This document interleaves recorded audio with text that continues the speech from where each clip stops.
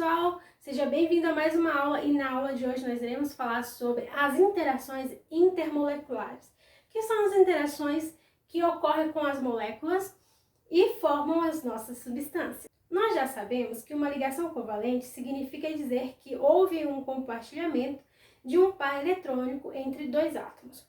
Quando os dois átomos são diferentes, é comum que um deles atraia o par eletrônico compartilhado para o seu lado. É o que acontece, por exemplo, na molécula de água. O oxigênio atrai o par eletrônico compartilhado para si. Nesse caso, dizemos que o oxigênio é mais eletronegativo que o hidrogênio e que a ligação covalente está polarizada. Ou seja, esta é uma ligação covalente polar. Como vimos na aula anterior, os elementos químicos mais à direita e acima na tabela periódica tendem a ter maior eletronegatividade. E no sentido contrário, os elementos tendem a ter maior eletropositividade. Isso significa que, ao se ligarem, formarão moléculas com polos com mais ou com menos elétrons. Ou seja, quando o átomo estiver compartilhando os seus elétrons, haverá a formação de uma ligação covalente.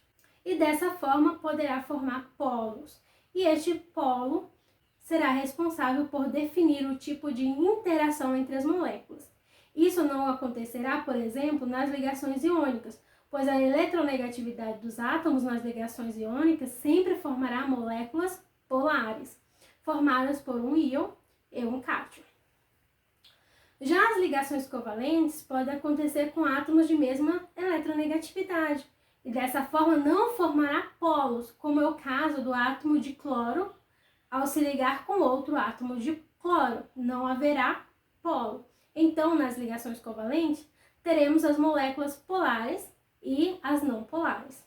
E por conta disso, precisamos compreender como as moléculas polares e apolares interagem para formarem as substâncias. Primeiramente, devemos compreender que as forças intermoleculares são aquelas ligações que ocorrem entre as moléculas.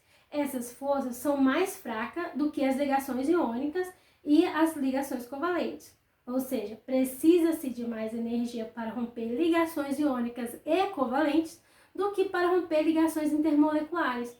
Por exemplo, não é necessária tanta energia para se passar uma substância do estado líquido para o gasoso. Atualmente são descritos 3 modelos que explicam as forças intermoleculares. As forças de Van der Waals, ou que são conhecidas também como dipolo induzido, ou forças de London. Tem também as interações de polo permanente e as ligações de hidrogênio. Primeiro vamos conhecer as interações de polo induzido. Essas interações acontecem entre 2 ou mais moléculas apolares, ou seja, quando 2 moléculas apolares se aproximam, de forma que os elétrons de suas camadas de valência, incluindo os participantes de ligações covalentes, passam a ficar também sob a influência do núcleo dos átomos das moléculas vizinhas, é formada uma nuvem eletrônica.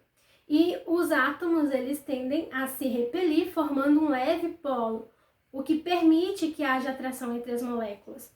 A existência desses dipolos, eles vão induzir a aproximação das moléculas e vão promover dessa forma uma atração entre elas. Interações de moléculas de polo induzido são interações fracas, frágeis, que podem ser facilmente rompidas. Temos também outro tipo de interação que pode ocorrer com as moléculas, que são as interações de polo ou de polo permanente. Essas interações, elas dependem da existência da polaridade permanente nas moléculas. As moléculas polares, elas vão ter as cargas distribuídas, as cargas elétricas distribuídas, e por isso elas vão ter polos elétricos permanentes. Essa distribuição faz com que as cargas dessas moléculas interajam umas com as outras. Ou seja, quando um átomo se liga ao outro, formando uma molécula que de um lado temos mais cargas positivas e o outro mais cargas negativas, a gente vai ter uma molécula com um polo positivo e outra com um polo negativo. Assim, quando outras moléculas dessa mesma molécula se aproximarem, irão facilmente se ligarem, e essa força de atração entre essas moléculas serão ainda mais fortes. Além dos polo induzido, de polo permanente, das interações de polo induzido e de polo permanente, temos também as interações das ligações de hidrogênio, que são as interações mais fortes e mais intensas que as moléculas realizam para formar as substâncias. Vamos observar este experimento. Nesse experimento, vamos precisar de detergente, água, purpurina e um potezinho vazio. Vamos adicionar um pouco de água nesse pote e agora vamos adicionar essa purpurina.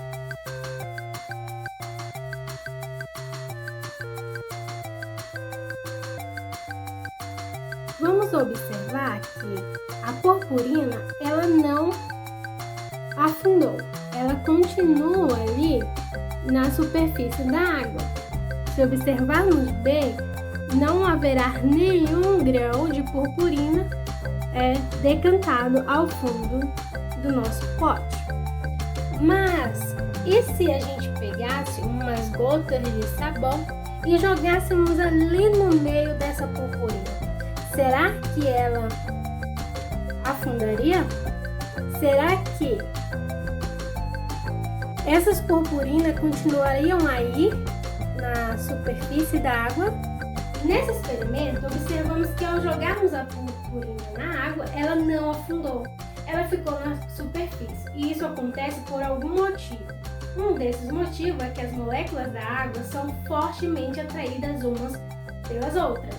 Essa atração forma na superfície da água uma membrana, e essa membrana é chamada de tensão superficial. Essa tensão superficial é a força capaz de manter a água unida, como se tivesse uma capa cobrindo ela. Objetos leves, como folha, purpurina e alguns insetos, não conseguem romper essa membrana. Por essa razão, não afundam e às vezes nem se molham. Portanto, essa atração que une as moléculas de água é chamada de ligações de hidrogênio, onde as moléculas da água apresentam polos, ou seja, de um lado a molécula terá mais elétrons, enquanto do outro terá menos elétrons. E isso faz com que o polo negativo seja atraído pelo lado positivo de outra molécula e assim se unirem nessa atração.